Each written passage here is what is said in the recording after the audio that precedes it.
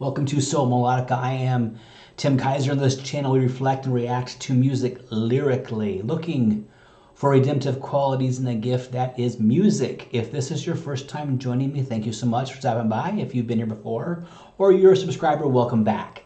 Today we're going to do a listener request song, and it's a song from the 90s, a song called Preacher's Kid by the band Johnny Q. Public. The lyrics are right in the wheelhouse of what we're accomplishing here. I could not find a lyric video, but I did find a live one, so let's get into some good tunes. Johnny Q. Public, Preacher's Kid. All of the things that are being talked about in this song were in his bedroom. And he was a very, very quiet, tangled little boy. And his name really was Aaron. It's a true story.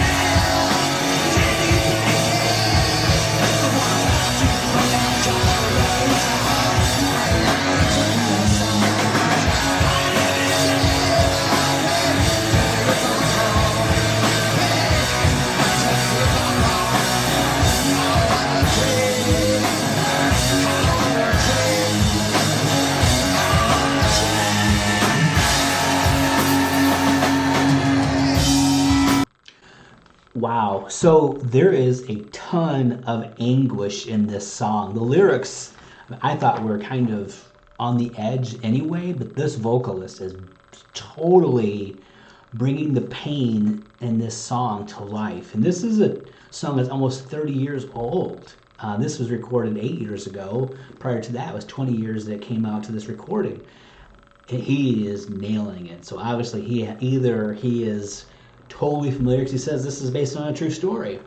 I'm going to read the lyrics. It's only 2 verses, a chorus, and a bridge, because we couldn't find a lyric video, and sometimes it's hard to understand what he's actually saying. I want to comment lyrically on this one. I'm staring through glass, stained by insecurities and hurt.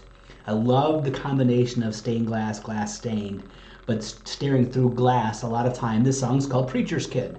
Preacher's kids always discuss living in a fishbowl, glass fishbowl, looking out. Everyone's looking at them and they're kind of constricted. He's staring through the glass, stained by insecurities and hurt. So he's stained by insecurities, stained by hurt, or he's stained by insecurities and he's in pain. I'm wondering and have lots of questions. See, preachers' kids, for the most part, get a very unfair cards dealt to them. Their parents' father is in ministry, and they're along for the ride, and they're expected to act like seminary graduates and adults, and that's super unfair, because kids are going to be kids. I don't care if they're in a Christian home or not. They're going to do things. They're going to press boundaries. They're going to say bad words once in a while. To put an unfair standard on them, churchgoer, is just it's unacceptable, right? So we need to allow them. They're going to make mistakes. They're not perfect. They're not going to fix your kid. The preacher's kid's not going to fix your kids. The only person going to fix your kids, you and me, is Jesus. So I'm wondering, and I've got lots of questions, but no answers. Why? A lot of times there's no time for questions, it seems like, but we should, as Christians, encourage questions. We should provoke questions. We should ask the questions ourselves. Why? The historical evidence of Christ existing, living, coming to earth, living, being crucified, dying, buried, resurrected. There's so much proof of this.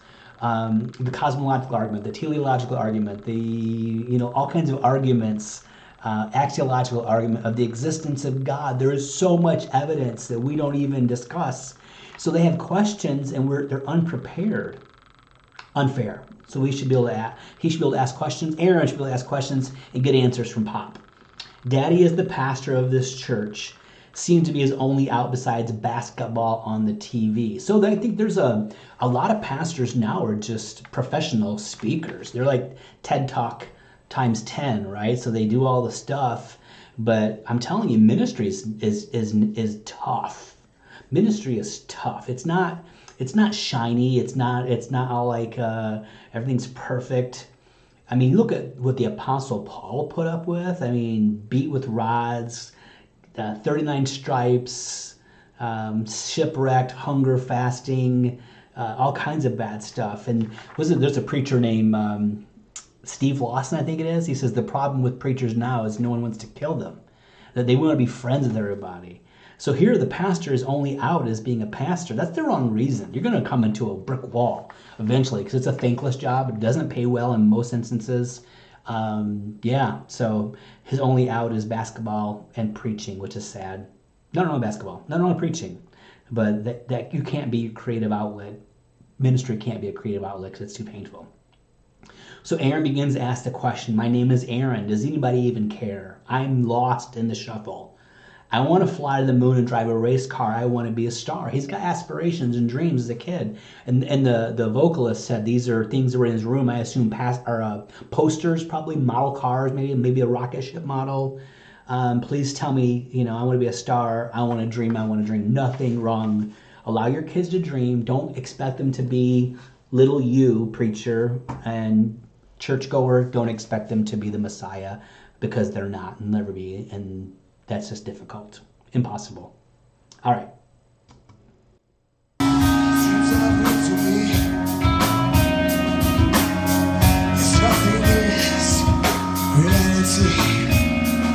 It's like the pictures that I draw of dinosaurs.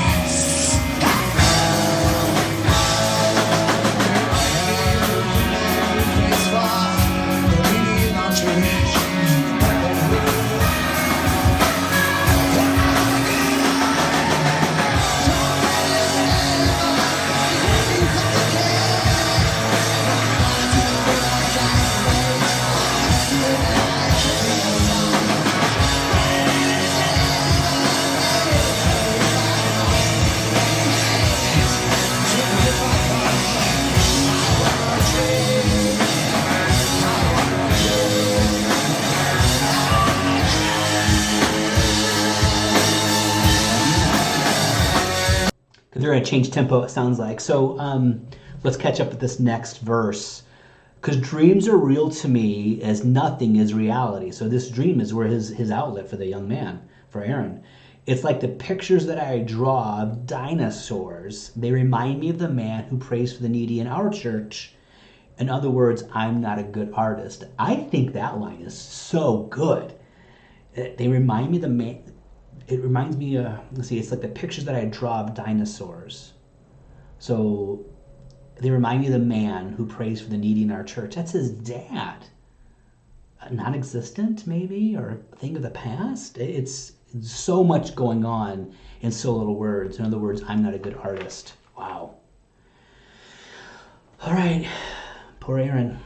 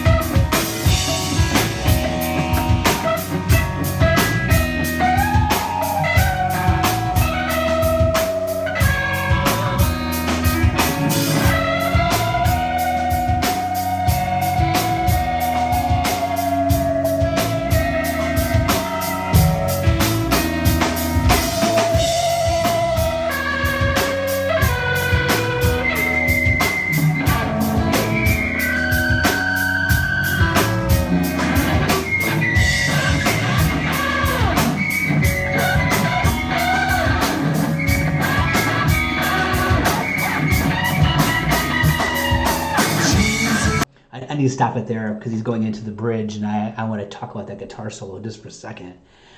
I think slow guitar solos are really hard to pull off. David Gilmour from Pink Floyd obviously is the best ever, I believe. But this guy really is capturing the pain in the song through a guitar solo. The little chirps and the feedback remind me of someone kind of crying. You know how you get those, we called them as a kid the huh-hus, where you start crying and you start going, huh, huh. That guitar solo reminded me of it. It was like he captured the pain and anguish of Aaron, lyrically fantastic, and the guitar solo, well done. Okay, let's wrap it up with the bridge and talk a minute.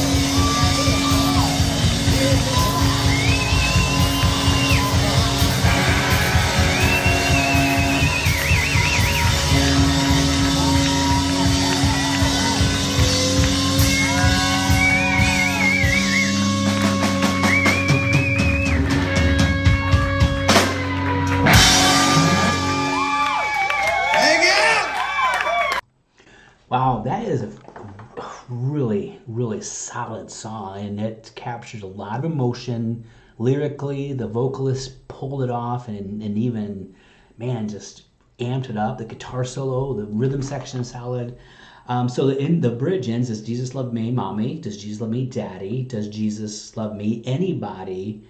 Does Jesus love me? Does anyone love me? And that's the issue with the preacher's kid. This song's called Preacher's Kid. Is preachers' kids often get left in the dust. They're not quite the preacher, so they get treated differently, but people can use them to get to the preacher. So the churches that are doing this well, allowing preachers' kids to just be kids and grow up and experience life like normal kids, well done. Those who aren't, man, take a step back and realize this is tough on them too. And preacher, if you're listening to this and you have kids, take some time, put your arm around your little Aaron or whoever it may be, give them a hug, give them a kiss, spend time with them, erect proper boundaries around them in the church, protect them, answer their questions, let them dream, and teach them about Jesus. They have it in because you're the preacher, but they should come first. I know that's probably hard to do, especially if you have a large church and there's so much going on. You have competing priorities and attention, but we're first and foremost the kings of our homes, right? So preacher, do that. Do everything you can and allow your wife to help you in that capacity as well. So anyway, fantastic song. This song should have been a lot bigger than it is. I mean, there's only a couple thousand views on YouTube, but I think it's probably one of those ones that got caught in the middle. It wasn't popular probably in the secular realm because it's talking about preachers' kids and people can't relate to that. It's probably not popular in the church realm because we don't want to touch those ouchy spots that need to be touched. And this one is dealing with serious subject matter. So anyway, thank you so much, Johnny Key Public, for a fantastic song that has legs still 30 years later. All right, if this has been a blessing to you, please like, subscribe, share. I will see you soon with a new video. Until then, may God's grace come upon you, overwhelm you, and overtake you.